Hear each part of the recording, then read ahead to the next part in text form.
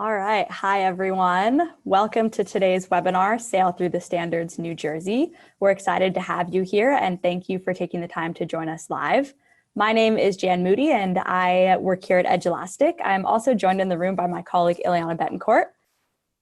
Hey, everyone. And also on the line is Bill Storm, and we're going to be working together today to make sure that all of your questions get answered and that you leave here today with all the information that you were hoping to get. We also have two really great panelists who are going to share how they use Edulastic to prepare for New Jersey state tests. So welcome to Betty Scola and James Giblin, and thanks in advance for your great presentation. So look forward to those in just a few minutes. Before I pass things off to our featured panelists, there's a few housekeeping things that I wanted to go over, and then here is today's plan that I wanted to make you all aware of. So regarding housekeeping, first at the bottom of your screen, there's a little chat icon. I encourage you to use that throughout the entire presentation to ask any questions that you may have or give any insight or feedback. We want this to be really interactive and for you to leave with all of your questions answered. So continue to use the chat, and maybe for now, say what part of New Jersey you are tuning in from. Also at the bottom of your screen, there's a little Q&A bubble. I encourage you to use this throughout the webinar to ask official questions. When you ask a question through the Q&A bubble, it gets directed either to myself or Ileana or Bill, and we will either type you an answer or we will bring up the answer live at the end during our designated Q&A time. So here's today's plan. So first, I'm going to give just a little overview of both Edulastic and of New Jersey state tests. Then I'm going to pass it off to both Betty and James, and they're going to share how they use Edulastic to prepare for state tests. And then at the end, we're going to have a designated Q&A time where we'll also be giving away an exciting Edulastic swag package. So also look forward to that. So welcome and thank you to everybody who is sharing where they're from in the chat. It looks like we have Gail from Trenton, Vin from Milburn High School. Awesome. Anne is from Warren. Ileana says she's tuning in from Fremont. Yes. Jenna's from Hudson. Cool. Awesome. All right, let's dive into this. So based on the poll that you guys took as you were coming into the webinar, I see that a lot of people have a lot of experience with Edulastic, which is great, but I also saw that some people are new. And so with that, here is just a little bit of background information on Edulastic. Edulastic is an online digital assessment platform for students, teachers, and then school and district leaders as well. There are over 30 different question types, and these are tech-enhanced questions. There are over 35,000 items in the Edulastic Certified Item Bank, over 30,000 publicly available assessments. And all of these can be either edited and used by you, or you can assign them as is really easily as well. There are also really powerful reports and data tracking and standards tracking on Edulastic. And I know that our panelists are gonna touch on this a little bit later, but that's something that teachers really love about the online platform. And then this last bullet point is what we're focusing on today. And that's that Edulastic really mimics the look and feel of state tests. And that's because when a student is taking an assessment on Edulastic, it feels like they're taking a state test in the way that our platform mirrors that of the New Jersey state test. I also wanted to point out that today's webinar is not necessarily on the basics of an Edulastic account because we are focusing on state test prep. But if you are looking to learn the basics of an Edulastic teacher account and learn all of those powerful things that you can do with it, we did recently have an Edulastic 101 webinar. So if you're new or if you want a refresher on how you can use Edulastic in your classroom, I encourage you to check out the Edulastic 101 webinar. And I think that Ileana can share the link to that in the chat. We also have another Edulastic 101 webinar coming up in March, on March 12th. And that will be live just like this. So I encourage you to tune in for that as well. So here's a little bit of background information on state testing in New Jersey. NJSLA is the acronym, but it stands for New Jersey Student Learning Assessments. It's given in ELA, math, and science, and it's a computer-based assessment. So that's what we're really honing in on today. And as I'm sure you all are well aware of, it was previously PARC. And so because it was previously PARC, I know that both Betty and James are going to talk both about NJSLA, but also how they've used Edulastic to prepare for PARC. So those terms will be used a little bit interchangeably today. So I wanted to point out that this is what a question on the NJSLA test looks like. And then this is the exact same question loaded up on Edulastic. So the reason that I wanted to bring this to everyone's attention is because the questions are just set up so similarly. And so if your students are taking this question on the right on Edulastic and then they came across either the same question or, maybe a slightly varied version of it on the actual state test, they wouldn't be freaked out by the fact that this is a multi-part question or that it has all of those little math calculator icons in it. They would totally be able to handle that with ease because they have been using Edulastic to practice. So I thought that this was a nice representation and also a nice segue into our next slide, which shows that you can access these New Jersey state released items on Edulastic. And so the New Jersey Department of Education releases some practice tests, and we have these all loaded up on Edulastic for you to use and assign to your students, or edit and tweak them and use them in any way that you'd like, really. So to find them, you log into Edulastic. You head over to the assessment library, which is this little stack of books right here on the left-hand side. And then you either can type in PARC or NJ model. And the reason for this is PARC is obviously what used to be the New Jersey assessment. And so there are still lots and lots of PARC assessments loaded on Edulastic that are still very relevant to educators and to students in the state of New Jersey. But if you're looking for the newer stuff, I would search NJ model. And if there is time for this at the end, I can show firsthand on an Edulastic account how to access all of this. So we have an Edulastic innovator team here at Edulastic, and I recently asked them what their favorite thing is about using Edulastic to prepare for state tests. I thought that their answers were really nice and really unique, and I just wanted to bring them to light before handing it off to our featured presenters who are then going to share their favorite things.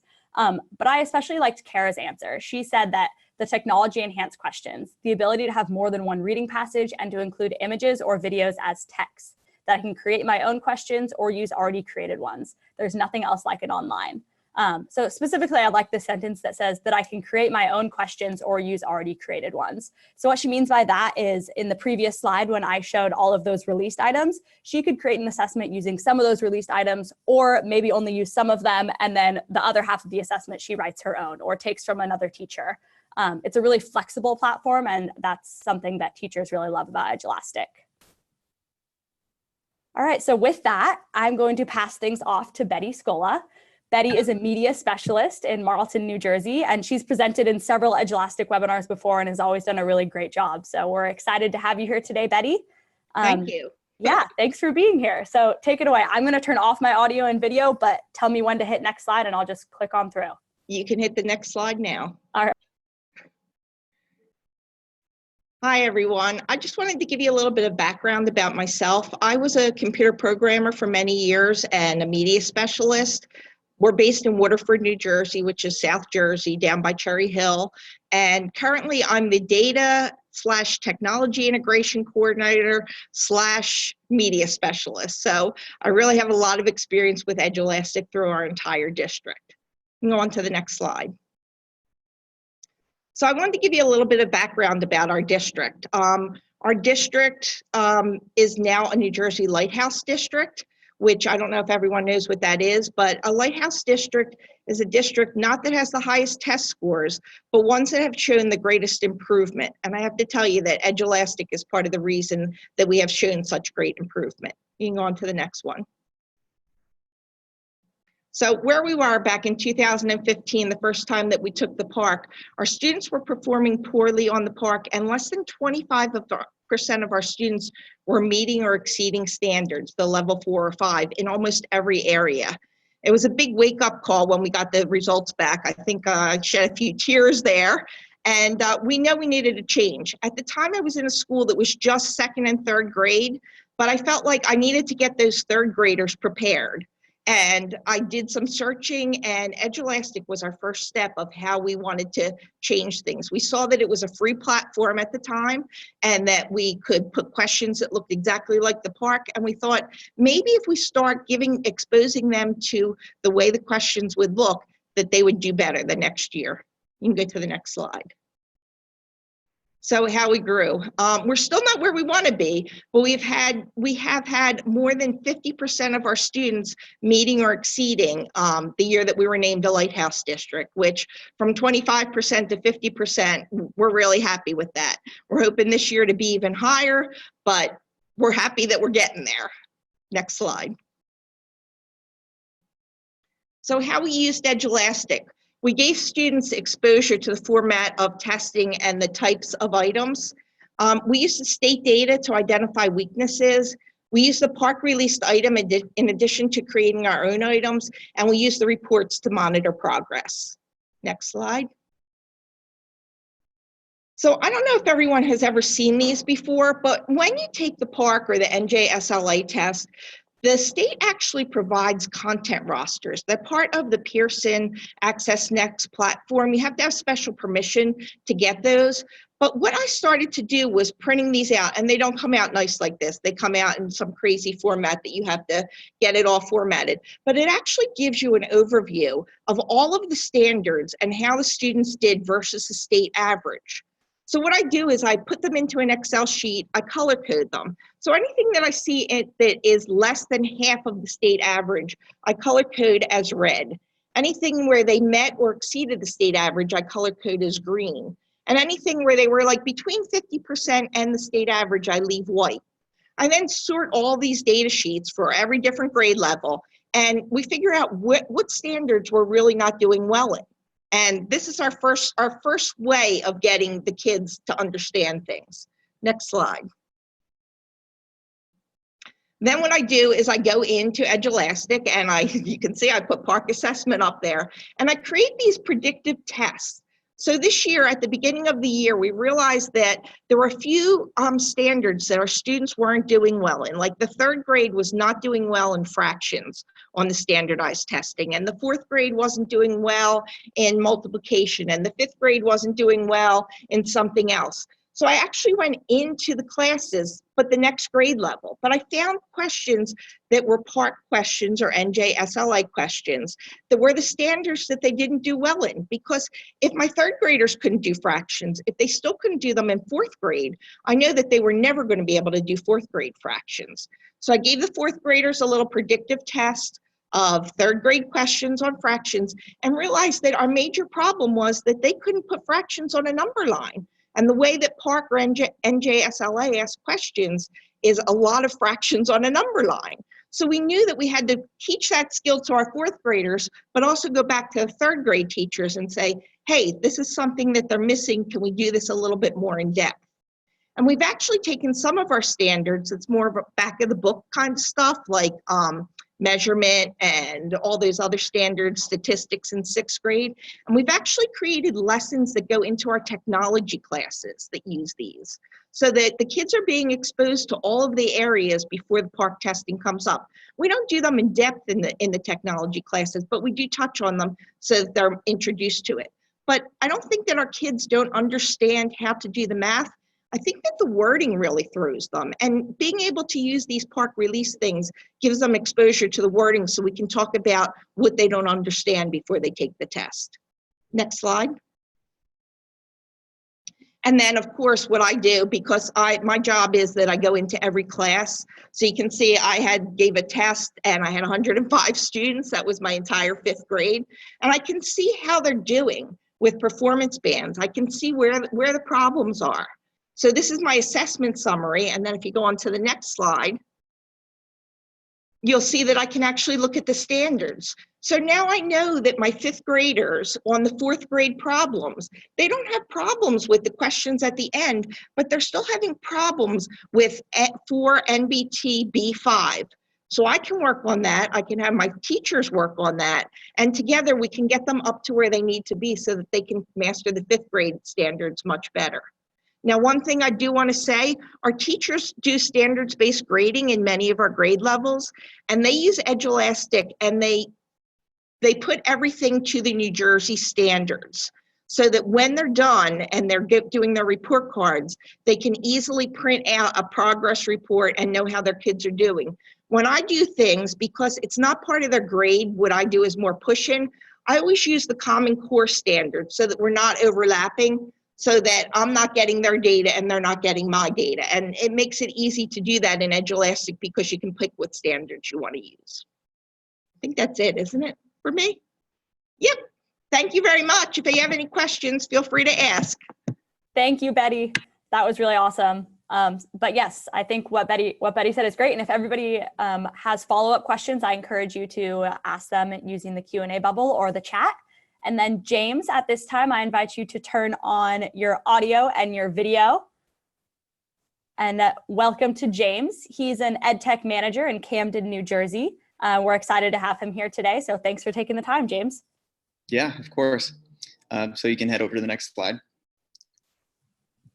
So a little bit about myself. I am a former high school ELA teacher of 5 years, based in Camden, New Jersey, and I'm currently the manager of EdTech for the Democracy Prep Public Schools Charter Network.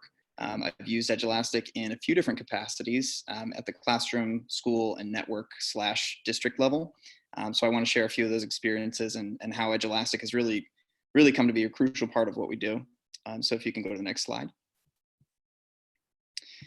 So when I was a classroom teacher, I needed to prepare my students for computer-based testing more generally. And I also wanted to track their performance data to make their learning and growth visible. So I took each day's vocab words and I added them to an Edulastic assessment.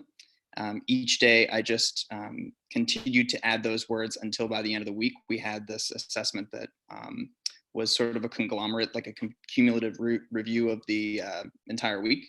And I was able to show my students at the end of the week how they improved day to day and then week to week. And this helped me threefold. It allowed students multiple at-bats with vocab and context. It gave them more experience working with computer-based testing, which they later needed on the park. And it also served as a motivator for them because they could literally see their growth and their performance improving. You know, it's sometimes hard to motivate students when they can't see learning. It's kind of an invisible process, or growth rather. And we really talked a lot about growth mindset. So it was really helpful for us. So you can go to the next slide.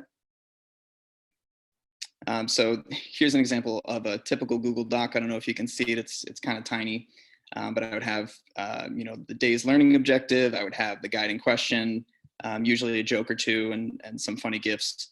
But then way down at the bottom of the doc, there would be a link that said vocab warmup, and that would link them to the Edulastic assessment for the day or for the week. So that was one way that I sort of integrated other technologies and software with Edulastic. And I wish that I could show you some of the charts of my students' performance, but I'm no longer in the classroom. And when I went to recover the assessments, I was only able to get the assessment themselves. So next slide. So at the school level in New Jersey where I taught, we needed to prepare our students to take the PARCC assessment, which is now called the NJSLA. And at the time we hadn't explored the Edulastic library. So we used released items and we created our own assessments throughout the year. And we administered those to our students. We actually had specific days throughout the year, sometimes on weekdays, sometimes on Saturdays, where we mimicked a state testing environment. So you can go to the next slide. Our assistant principal at the time, who is actually now the principal, he downloaded the state exam administration instructions. He made copies for all of us, and he linked all these documents and resources in a Google Doc for us. And we used Edulastic's kiosk mode to mimic the lockdown environment of the PARCC assessment on Chromebooks. And we administered actual released PARCC assessments. So it was literally like a mock day of testing. And that's great for a number of reasons. I think Betty highlighted that, you know, a lot of the performance that you see from students on these assessments, a lot of it can be explained to skill gaps, lack of knowledge, but a lot of it also has to do with the format of the assessment and just students not having a lot of experience with computer-based testing more generally. So we were definitely very happy that we were able to mimic that environment and take a little bit of the anxiety out of the whole exam process for students and for teachers. And after the PARCC practice day, we used Edulastic's built-in analytics tools, which, by the way, make data analysis incredibly simple for the everyday teacher, to figure out where our students' strengths and weaknesses were and to inform our instructional practice and lesson materials moving forward. So next slide. But probably our most sophisticated use of Edulastic, which I'm finding out now in this new role, is at the network level. So we needed to understand how students were performing according to state standards in 5 different states, including New Jersey. And we needed to know how we could respond to our students' performance. So we administer practice state exams using Edulastic. Some of them we get from the Edulastic library and others we make in-house. And then we export our students' item-by-item performance data to dashboards in Google Sheets that are built specifically to work with Edulastic. So you can go to the next slide. So this is how we strategize for preparing our students for state exams and adjusting our network curriculum to address state standards. So for example, we analyze student performance data at the micro level with standard by standard performance per student, and at the macro level. So the bottom table there, you can see that there are, it's an overall performance for a given cohort or a given grade level. And it shows us which standards need the most improvement. And we are able to identify the bottom 7 standards and then the associated questions. And then our curriculum team can go back and look over our practice assessments. They can tweak them for the next round to include more items on standards that students performed less than strongly in. And they can also adjust their curriculum and how we're coaching teachers to use it. So that's about it. I think we love Edulastic. We love what it's enabled us to do and how it's allowed us to continually make iterative decisions that improve our curriculum and our students' outcomes. Thanks, James. That was great. Love all the data that you showed. So at this time, I have a few more slides that I'm going to go over quickly, and then we can move to our question time at the end. So I encourage you all to ask questions using the chat or the Q&A bubble. So I wanted to mention that we have an Edulastic Resource Center, and Ileana can probably share the link to this in the chat, but this includes links to other webinars, links to our Facebook groups, so our Edulastic community, and some other teaching strategies and events as well. Also on our Resource Center, you can find Edulastic support lines, and you always are able to reach out to Edulastic support whenever you have a question or a concern or anything that you want to bring to light. And the email for that is support@edulastic.com. So now it's time for our swag giveaway. So I briefly mentioned this at the beginning, but part of our Sail Through the Standards webinar series includes some live giveaways for those who are attending our webinars live. And so today our winner is Jennifer Bermudez.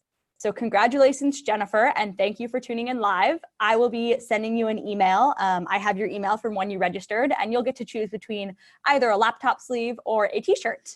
I also wanted to mention that everybody who is here live is being added to a big pool of all of the attendees who have joined us live.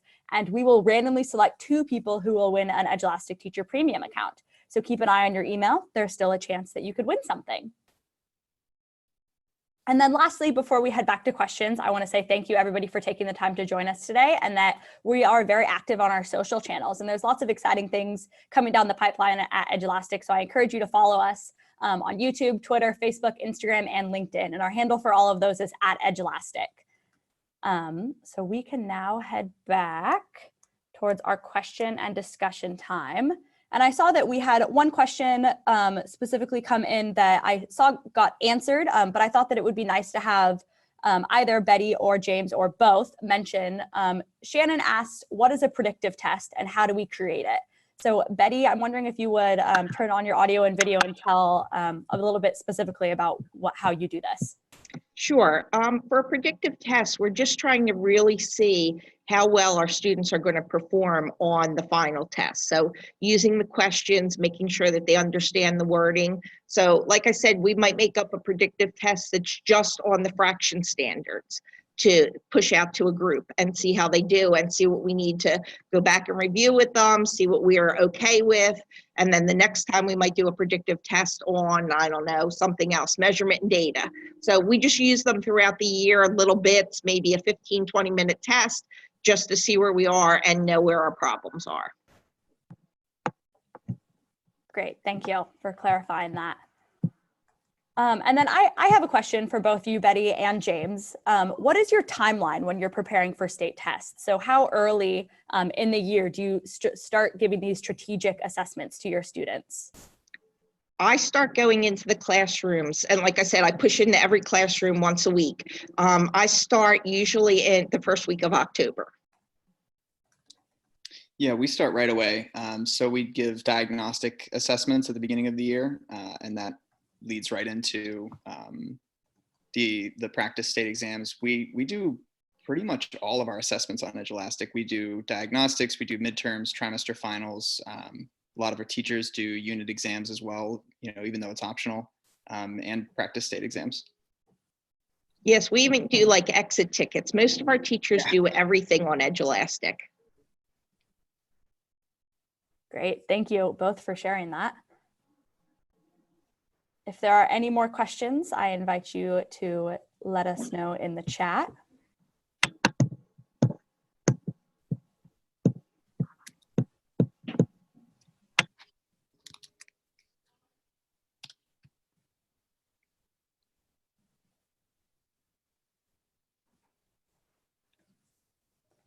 It's seeming like your guys' presentations were so thorough that there are less questions coming in today. So we can slowly wrap things up here. And myself and Ileana and then Bill, we will all hang out online in case any final questions come to mind. But again, I want to say thank you everybody for joining us today, and please take the webinar survey as you log out today. That helps us understand what you enjoyed about today, and then more importantly, helps us improve for future webinars. So I would appreciate your input on the webinar survey. And thank you for joining us. Oh, awesome. Kelly has a question. How current are the released items that are on Edulastic 2018? I believe they are from 2018 here. We actually can head on over to Edulastic now that we have the time to do so. Ileana, let me know if you are able to see my screen okay. I can see it. So while Jan's pulling that up, I just want to mention that we had the pleasure of visiting Betty and everyone at Waterford Township and created a video, and we have an article on our website that highlights their story. So I'm going to post that in the chat so you can access that and learn more. It's a really cool story, and what they're doing is really awesome. So for those of you who are still here, what I did was I logged into Edulastic. I went to the assessment library, which is represented by this bookshelf right here. I currently have it filtered to be Edulastic certified. And what that means is that all of the assessments in the Edulastic certified item bank are vetted by our team to make sure that they are quality assessments. And then I typed in PARC in the search bar up here. And so Kelly, to answer your question, when I type in PARC, it looks like this is 2016. I'm pretty sure we have some more recent ones than that, but I don't see a date. Oh, this is 2016 as well. So it's possible that the PARC ones are a little bit older because, as we have been talking about today, New Jersey has transitioned from PARC to NJSLA. On that note, though, I was a question here. Oh, great. And so when I search NJ model, like I was mentioning earlier as well, all of these come up. And you can use them and edit them in any way that you would like. So I encourage you to do that. And then it says Bill has, Bill, great question. Bill is wondering if the presenters can say something about the difference that they find between PARC and NJSLA. I can take that one. So when I looked at the content rosters this year, there were a lot of things that we tested on in the past that were not tested this year, standards-wise. And there were some of the standards that we did really well on, which was really not too good for us. But as far as the questions go, it's exactly the same. It's exactly the same type of questions. I really haven't seen anything, and the New Jersey has not released anything yet, but our kids kind of perform the same way on both tests. So I don't think that there was much of a difference in the testing. I'm still waiting for science testing questions to come out, and I'm still waiting for the 2019.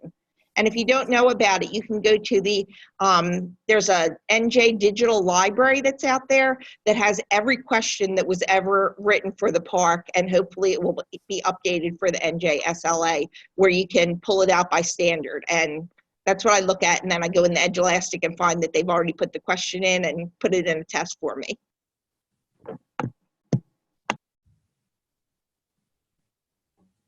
And then Jill, thank you for pointing this out. Jill just said that Edulastic does have questions that are tied to NGSS as well.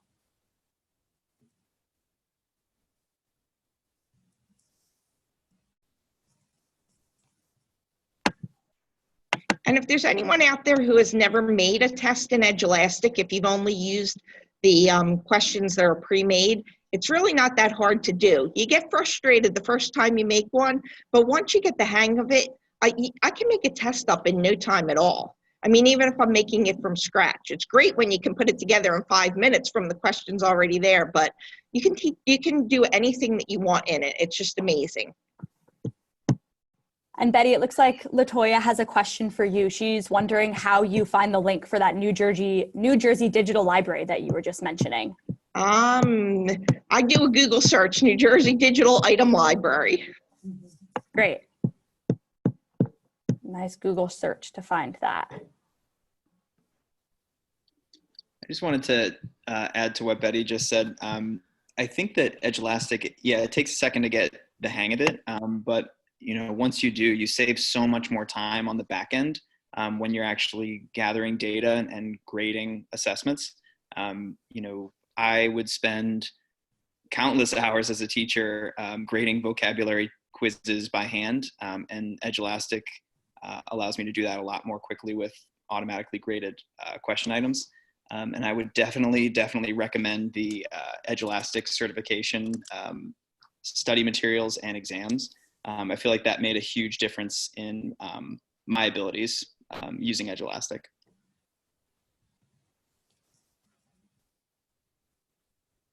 Great. Thank you, James. And thank you, Betty, so much for your time today. I really enjoyed this, and I think that there was a lot of valuable information shared. So, Ileana's sharing those training resources here that James just mentioned. Thank you, Ileana. So we'll hang out online if any other questions come on in. But if not, I really hope that everybody has a wonderful evening, and best of luck on state testing this year, and best of luck with the rest of your school year. Thank you, everybody.